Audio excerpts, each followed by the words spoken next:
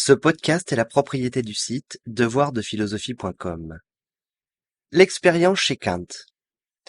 Dans sa volonté d'exposer sa théorie de la connaissance, Kant va être confronté à la difficulté d'y mesurer le rôle de l'expérience. Jusqu'alors, l'Allemand s'était confortablement installé dans un dogmatisme métaphysique classique, héritage des influences exercées par Wolff et Leibniz sur sa pensée. Mais justement parce que la métaphysique traditionnelle, incapable de se soumettre à la vérification empirique de ses postulats, s'auto-détruisait depuis l'aube de sa naissance dans des polémiques stériles et des spéculations sans fin. Un champ de bataille, nous dira Kant.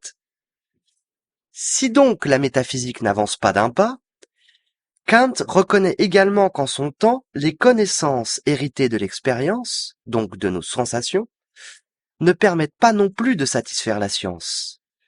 Chaque expérience pouvant, de par son caractère particulier, être prochainement contredite par une autre. Les connaissances sont pour autant distinguées selon deux modalités par Kant.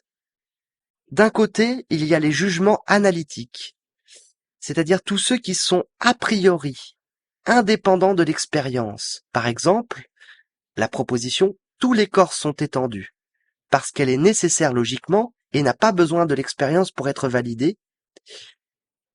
Ces jugements-là nous assurent une vérité pure, car indépendante de la contingence liée à l'expérience, et nécessaire, car rationnellement et logiquement déterminée. Mais ils ne permettent en rien de faire progresser la connaissance. Ces jugements analytiques sont vides, nous dit Kant.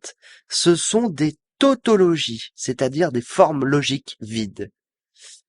Il y a d'un autre côté les jugements synthétiques, qui sont des propositions a posteriori, c'est-à-dire dérivées de l'expérience.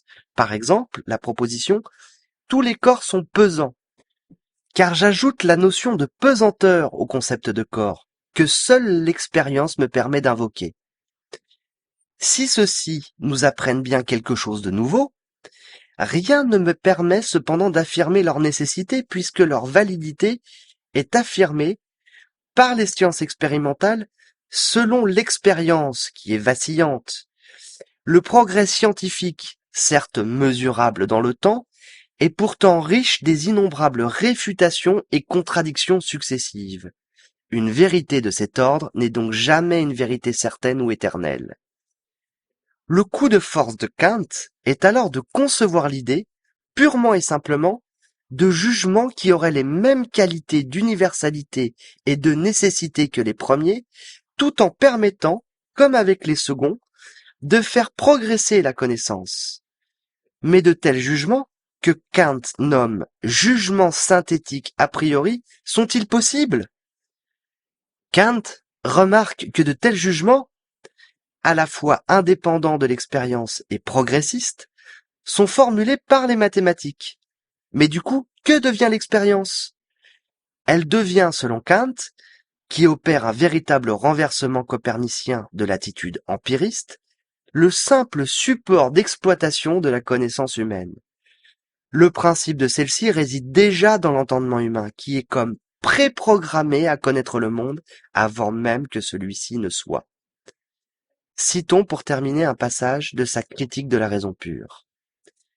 Par connaissance a priori, nous entendons désormais non point celles qui ne dérivent pas de telle ou telle expérience, mais bien celles qui sont absolument indépendantes de toute expérience. À ces connaissances a priori sont opposées les connaissances empiriques, ou celles qui ne sont possibles qu'a posteriori, c'est-à-dire par expérience. Mais parmi les connaissances a priori, celles-là sont appelées pures auxquelles n'est mêlé absolument rien d'empirique. Par exemple, cette proposition « tout changement a une cause » est bien a priori, mais n'est point pure cependant puisque le changement est un concept qu'on ne peut tirer que de l'expérience.